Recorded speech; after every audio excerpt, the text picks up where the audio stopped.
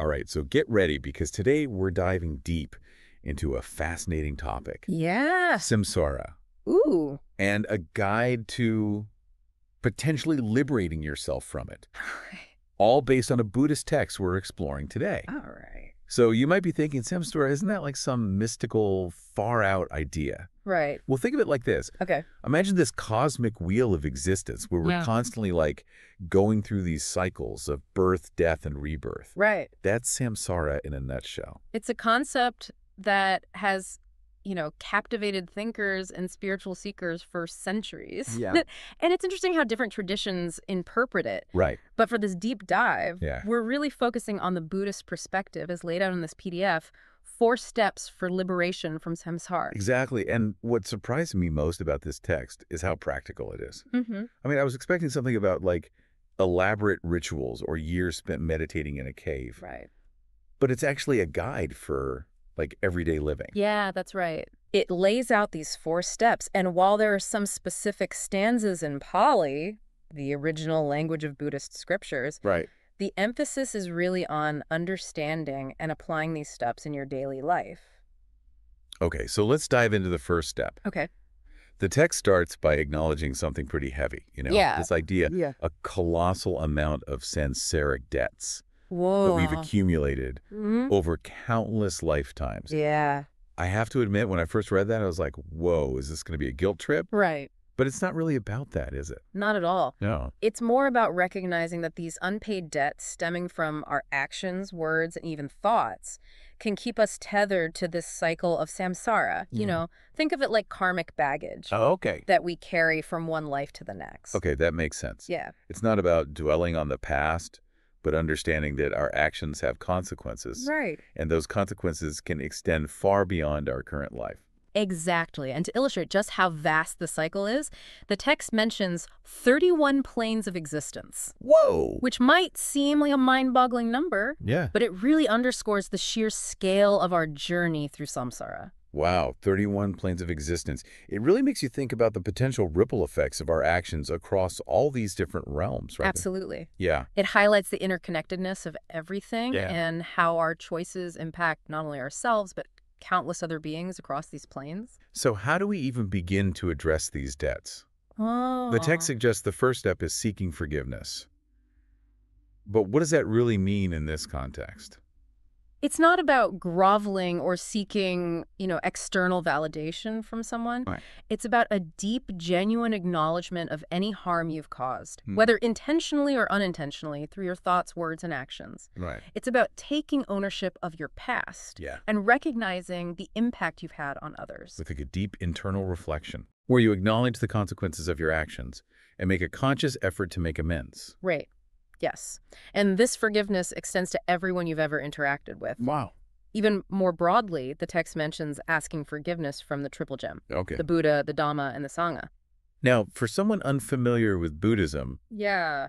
those terms might sound a bit mysterious. Right. Can you unpack what the Triple Gem represents Sure. and why seeking forgiveness from them is significant? Of course, in Buddhism, the Triple Gem is considered the foundation of the path. Okay. The Buddha represents the enlightened teacher who shows the way. Right. The Dhamma refers to the teachings or the truth that the Buddha revealed. Yeah. And the Sangha represents the community of those who follow the path. Okay. So seeking forgiveness from them is a way of aligning yourself with these core principles Right. and recognizing the ethical framework within which Buddhists strive to live. So it's not just about seeking forgiveness from, individuals, but from the very principles that guide you on this path of liberation. Precisely. And the forgiveness doesn't stop there. Oh, wow. It extends to all beings, encompassing the entirety of existence. Okay.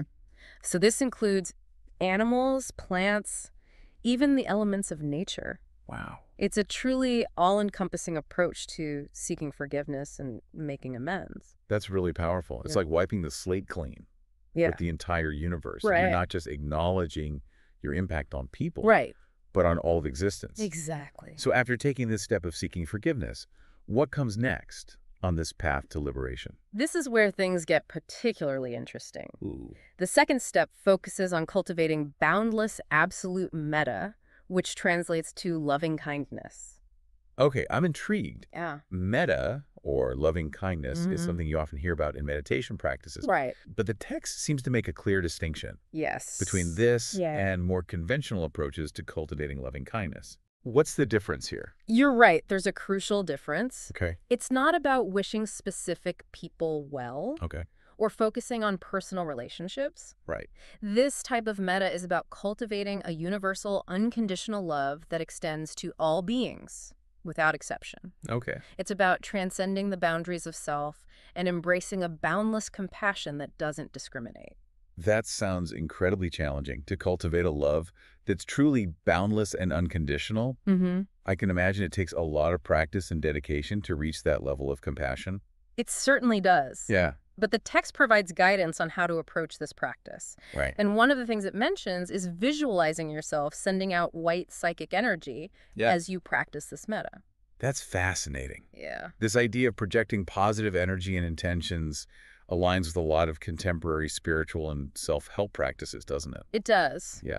There's a lot of resonance between this ancient wisdom and modern ideas about the power of positive energy and intention. It's amazing how these ancient teachings can still feel so relevant and applicable to our lives today. Mm-hmm. So we've acknowledged our debts, Right. sought forgiveness, Yep. and we're cultivating boundless love. Yes. What's the next step on this path to liberation? The third step delves into the concept of bestowing merits, or punya energy. This is where the text explores the idea of karma and its role in Buddhism. Okay, karma. Yes. That's a term that gets thrown around a lot these days. Right. But in the context of this text, Yeah. it's about tapping into the good karma Yes. you've already accumulated, right? Yes. The text claims that we all have this enormous reservoir of good karma earned from past good deeds. So it's like a cosmic bank account where you've made Yeah. deposits of good karma over countless lifetimes. Exactly. And this step is about consciously dedicating that energy to others. Okay. It's a way of sharing the positive karmic potential you've built up and using it to benefit all beings. Wow. It's like making a conscious withdrawal from that cosmic bank account and investing it in the well-being of others. I'm curious about how this dedication of merits actually works. Yeah. The text mentions specific stanzas that are used for this purpose, similar to those used for seeking forgiveness. Right. What's the significance of these stanzas? In Buddhist traditions, language and intention are deeply intertwined. Right. These stanzas act as a focal point, helping to channel your thoughts and aspirations towards a specific purpose. Okay. They're like conduits for directing energy and intention. So even if you don't fully understand the meaning of the words, Right. the act of reciting them with sincere intention can have a powerful effect. Yes, the intention behind the words carries a lot of weight. Right. It's like imbuing them with your positive energy and directing that energy towards a specific outcome. And this dedication of merits is directed towards everyone, right? Yes. Not just those you're close to or those who have helped you in the past. It's meant to be all-encompassing. The text encourages you to dedicate merits to those who have helped you, those in need, and to all beings universally. Wow. It's about recognizing our interconnectedness Yeah. and extending compassion to every corner of existence. So you've acknowledged your past actions, cultivated a boundless love for all beings, Yes. and shared your good karma. Yeah. What's the final step in this guide to liberation? The fourth and final step might be the most challenging of all, Okay. as it calls for you to put all of this into action in your daily life. Wow. It's about actively helping others on the path to liberation. And this isn't just about offering words of encouragement or sharing inspiring quotes on social media, right? No, it's not about that. Yeah. It's about actively supporting others' physical and spiritual needs in a tangible way. So what would this helping others step look like in practice? Well, Can you give some concrete examples? the text mentions fulfilling your duties and responsibilities with regards to the physical and mundane needs of others. It's about showing up for people in practical ways, offering support where you can, and being a reliable presence in their lives. Okay, so that could be anything from like helping a neighbor with groceries to volunteering at a local charity or even just listening attentively when someone needs to talk. Exactly. It's about being present and available for others in a way that's genuinely helpful. Exactly. It's about recognizing that even small acts of kindness can have a ripple effect and contribute to the well-being of others. Right. But it goes beyond just meeting physical needs. Yeah. It's also about supporting their spiritual growth and helping them move towards a deeper understanding of these teachings.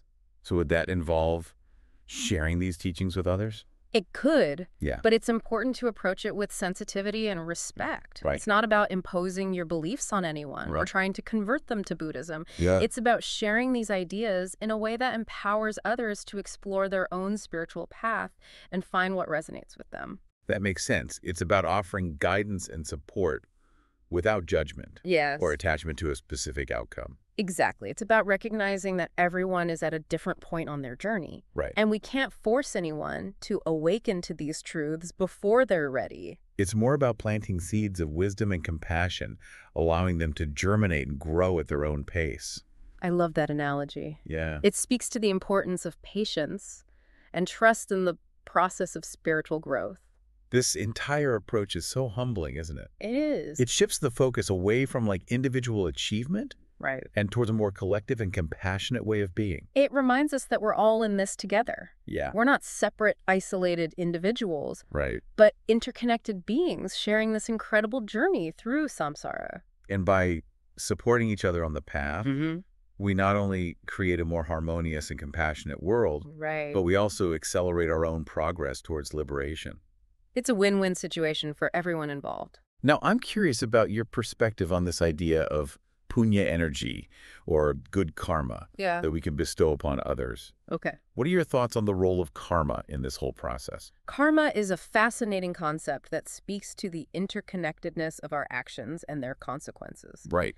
It suggests that every action we take creates a ripple effect, influencing not only our own lives, but also the lives of others. It's like a web of cause and effect that connects us all. And this applies to both positive and negative actions, right? Precisely. Okay. Good deeds generate positive karma, while harmful actions generate negative karma. Okay. It's like a cosmic balance sheet where your actions are constantly being weighed and measured. So this idea of bestowing merits Yeah. is about consciously using your positive karma to benefit others. Exactly. It's a way of sharing your good fortune and directing your positive energy towards those who need it most. Okay. It's like making a deposit into the universal bank of good karma. And the text suggests that you have a vast reservoir of this positive energy, accumulated from countless lifetimes. Yes. It's like you're walking around with this invisible treasure chest, I love that. filled with good karma, just waiting to be opened and shared. I love that imagery.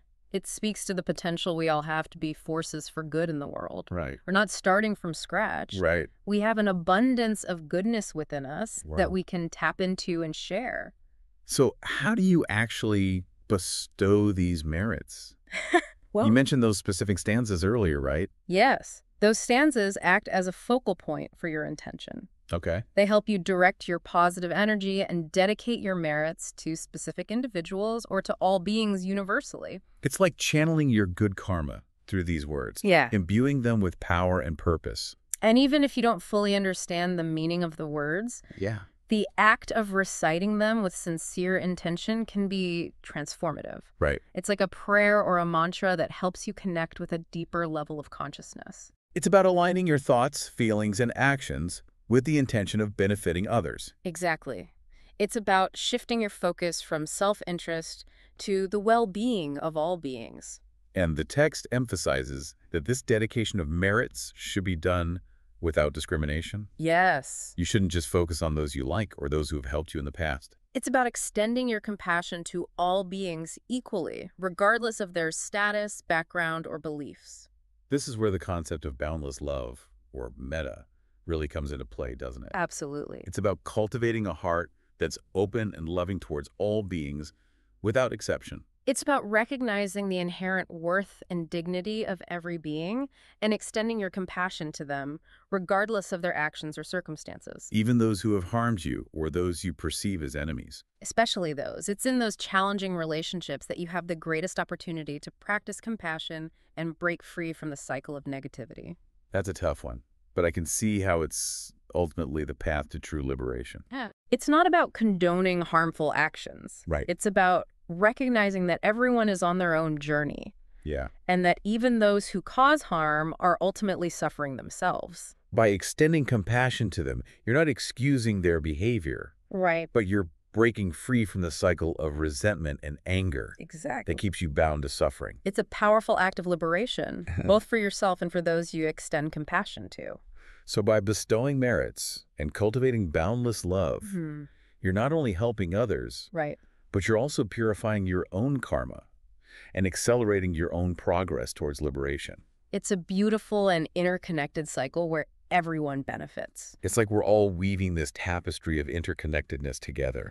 And every act of kindness, Yes. every moment of compassion Yes. adds to the beauty and harmony of the whole.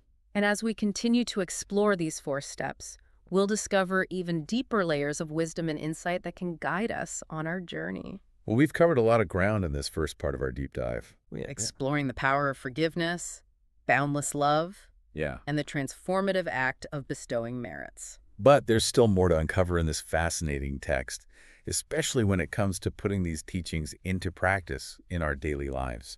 Welcome back. I don't know about you, but I'm still processing all the insights from that first step. Yeah. Especially that idea of seeking forgiveness from, well, basically everything. It's a powerful concept, isn't it? It is. And it really sets the stage for the rest of the steps. Yeah. You know, if you're still carrying around resentment or guilt, Right. it's hard to move forward with genuine compassion and a desire to help others. Exactly. It's like you need to clear the air before you can fully embrace this idea of boundless love, which, if I remember correctly, is where we left off. That's right. Step 2 is all about cultivating boundless absolute metta. And this is where things get really interesting. Okay. Because the text makes a clear distinction between this and like more conventional forms of loving kindness meditation. I remember you mentioning that. Yeah. Could you elaborate on the difference? Sure. What makes this boundless metta so unique? Think of it this way. Typical loving kindness meditations often focus on specific people. Right. You know, you might start with yourself, then move to loved ones, then expand outwards. Yeah. But this boundless metta is about cultivating a universal, unconditional love that doesn't discriminate. Okay. It's not about feeling warm and fuzzy towards those who are easy to love. It's about extending that same compassion to all beings, Wow. even those who might challenge you. So it's about transcending those like personal preferences and attachments Yeah. and cultivating a love that's truly impartial and all-encompassing. Exactly. It's about recognizing the inherent worth and dignity of every being, Yeah. regardless of their actions or circumstances. That's a tall order. It is. I can imagine it takes a lot of practice to reach that level of like equanimity. It certainly does. But the text suggests that even the act of aspiring towards this boundless love can have a transformative effect. Okay. And it even provides a visualization technique to help cultivate this metta, Right. imagining yourself sending out white psychic energy to all beings. I find that visualization so powerful. Yeah. It's almost like you're radiating this positive energy outwards, enveloping all beings in a field of love and compassion. And, you know, that idea of projecting positive energy really resonates with a lot of modern spiritual and self-help practices. Yeah, totally. It's fascinating how these ancient teachings can still feel so relevant and applicable today. So we've cleared the slate with forgiveness, Right. and we're working on cultivating this boundless love. Mm-hmm. What happens next in this journey towards liberation? Well, once you've cultivated this boundless love, it naturally leads to a desire to share your good fortune with others. Oh. And that brings us to the third step, bestowing merits or punya energy. Right, and I remember you mentioning that this step taps into the concept of karma. Could you explain how karma fits into this step and the overall path to liberation? In Buddhism, karma is seen as a law of cause and effect. Right, yeah. Essentially, every action you take creates a ripple effect that influences not only your own life, Right. but also the lives of others. So it's like every action leaves an imprint, a kind of energetic residue that shapes your future experiences. Exactly. And it's not about punishment or reward. It's simply a natural law of the universe, like gravity. Okay. And when we talk about good karma in this context, Yeah. we're talking about the positive potential created by actions that are rooted in kindness, compassion, and generosity. Okay, so this step is about tapping into that reservoir of good karma you've accumulated Yes. and sharing it with others. Precisely. The text claims that we all have this vast storehouse of good karma built up over countless lifetimes. Wow. And in this step, you consciously choose to dedicate that energy to the well-being of all beings. It's like taking all those good deeds, all that positive energy you've generated, Yeah. and sharing it with the world. Exactly. It's a powerful way to amplify the good in the world and contribute to a more harmonious and compassionate reality. Wow. And the text even provides specific stanzas in Pali that can be used to dedicate these merits. I remember you saying that language plays a key role in Buddhist practices. Yeah. How do these stanzas work? Do you need to understand the Pali language to benefit from them? While understanding the meaning can certainly deepen your practice, Okay. the real power lies in the intention you bring to the recitation. Right. The stanzas act as a focal point, Okay. helping to focus your mind and direct your positive energy towards the intended recipient. So it's like imbuing these words with your heartfelt desire to share your good fortune with others. Yeah. And who are these merits dedicated to? Wait, Is it just for people you know? No. Or is it broader than that? The text encourages you to dedicate merits to everyone, Oh, right. starting with those who have helped you, Right. those in need, and ultimately extending outwards to encompass all beings. So it ties back into that idea of boundless love, recognizing that we're all interconnected Yes. and that the well-being of one impacts the well-being of all. Absolutely.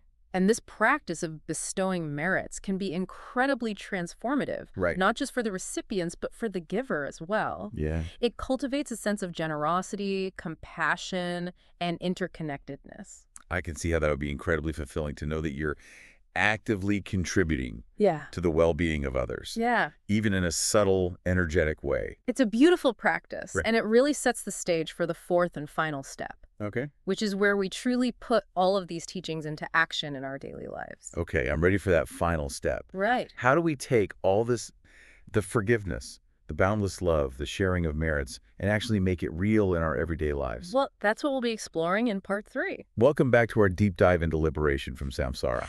You know, we've talked about forgiveness, boundless love, and sharing good karma. All pretty profound stuff. It is. But now I'm really curious about how this all comes together in that fourth and final step. Well, you're in for a treat, because this is where the rubber meets the road. Okay. It's called helping others on the path, and it's all about putting these principles into action in your daily life. I have to admit, when I first read that, I thought, okay, so just be a good person. Right. But I'm sensing it goes deeper than that. You're absolutely right. Yeah. It's not just random acts of kindness, though Okay. those are certainly important. Right. This step is about consciously aligning your actions with the intention of supporting others on their own journeys toward liberation. So it's about more than like holding the door open for someone or donating to charity. Right. It's about actually helping them understand and apply these teachings. Exactly. It could involve sharing your knowledge of these steps, Okay. offering guidance based on your own experience, or even just being a compassionate listening ear. That makes sense. It's like being a mentor, Yeah. not in a preachy way, Right. but by embodying these principles and showing others how they can work in real life. Precisely. It's about leading by example, demonstrating the transformative power of these teachings through your own actions and interactions. Now, the text uses a phrase I found interesting. Okay. Tread the path of Magacharya. Do you mind explaining what that means? Of course. Magacharya essentially refers to the path of spiritual development that leads toward enlightenment. Okay. And treading this path Yes. suggests an active, ongoing process, Right. not a passive one. So it's about walking the walk, not just Yeah. talking the talk. That's a great way to put it. Yeah. And what's fascinating is that the step Yeah. isn't presented as something optional or extra. Right. The text actually suggests that helping others on this path is essential for your own liberation. Whoa, that's a pretty radical idea. It is. So it's not enough to just work on yourself. Right. You actually need to be actively helping others to achieve true liberation.